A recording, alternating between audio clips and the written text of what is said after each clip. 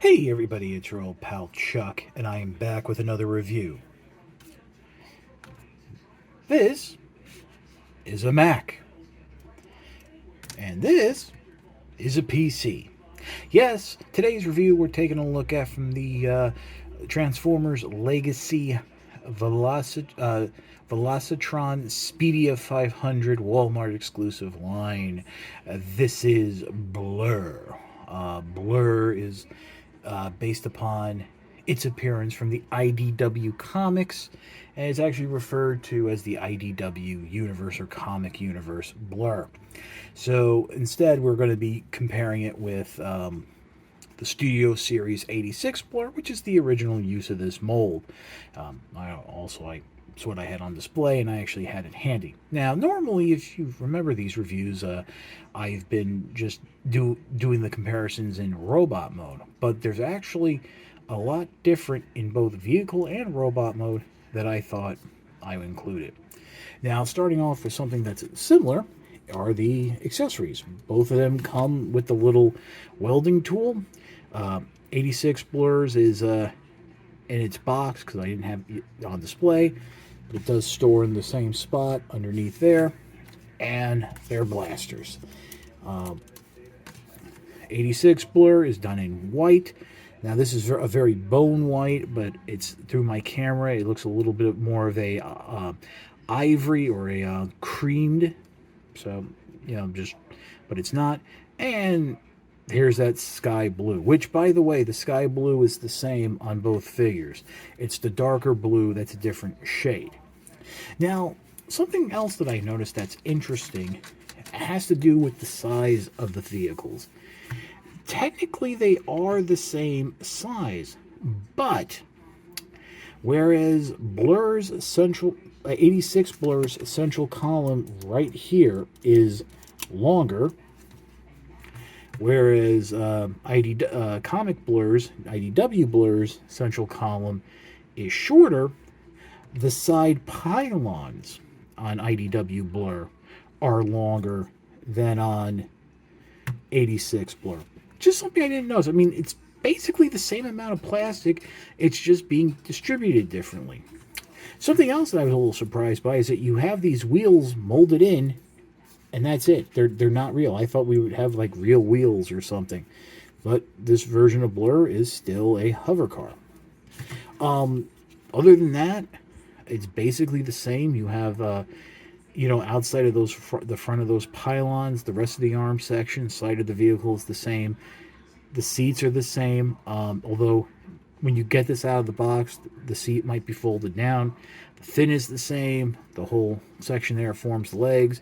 There's a little bit of retooling there, as you can see, with different parts, different casings, and, thruster. Actually, no, that's part of the shoulder, so, yeah, that's a little bit different. Like, this whole section forms the arm, as you remember, so you do have some different detailing there, but the legs are the same. Yeah, just painted differently. So there's all that. I don't have this closed as nicely as it could be. Ooh, snap that into place. And that actually is something I want to mention.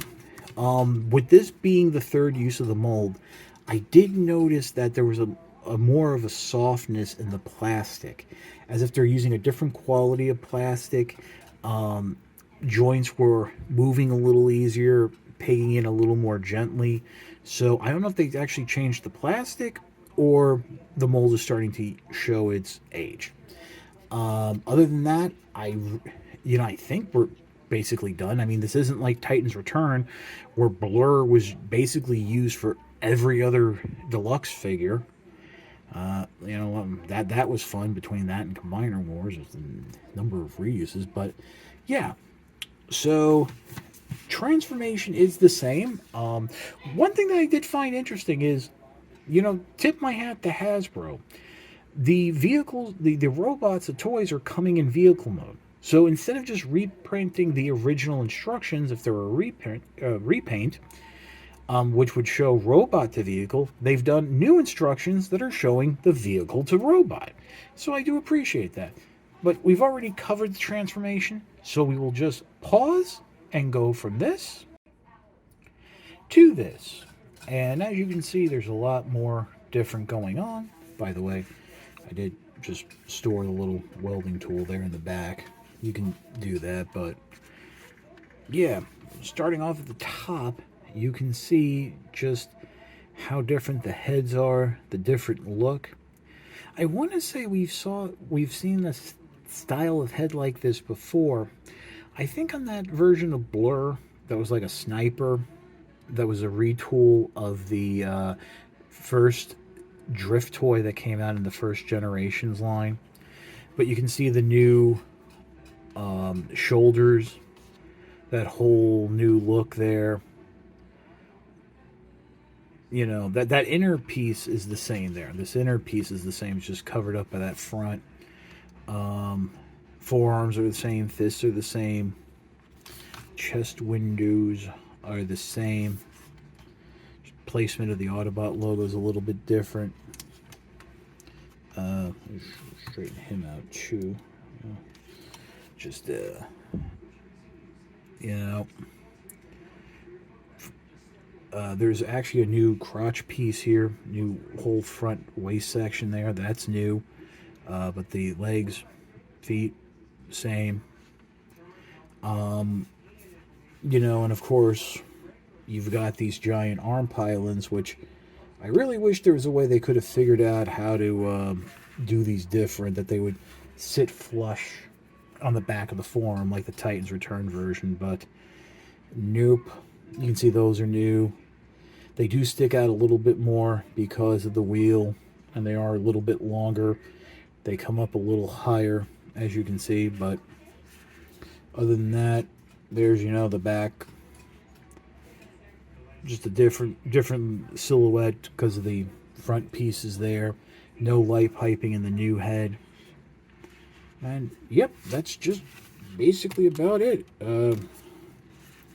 You know, obviously, if you're a fan of the Transformers the movie, you're going to have this version of Blurr, and you can probably still get it now. Unfortunately, a little bit of shelf warming there since it's been a couple of years since it was released.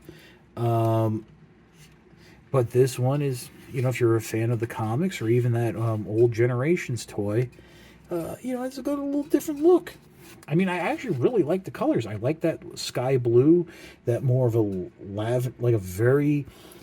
like a plum purple, you know, like a very light plum purple with the silver.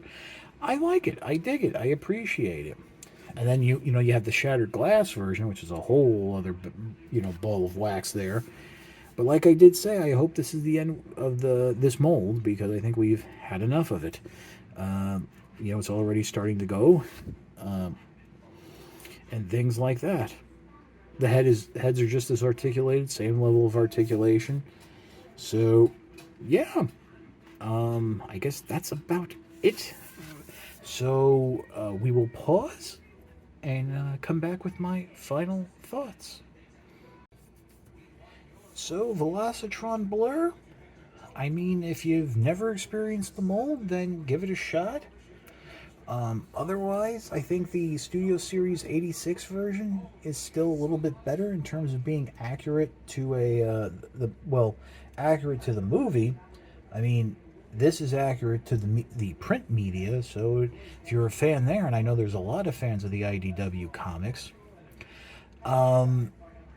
I did get this figure off of Hasbro Pulse because Walmart has apparently delayed their Deluxes and Voyagers until something like end of October, November. But then again, they might ship stuff sooner. Who knows? But actually, they've been pretty good. So, yeah, if you've got pre-orders with Walmart, you might want to start looking into other options like I did. Unfortunately, the Voyagers are not shipping from Hasbro Pulse yet, so there is that. But yeah, that's about it. I like the figure. I like the mold. If you like this review, please like, comment, and subscribe. It'll help with the algorithms. Until then, I hope you guys have enjoyed your summer and got a few weeks left.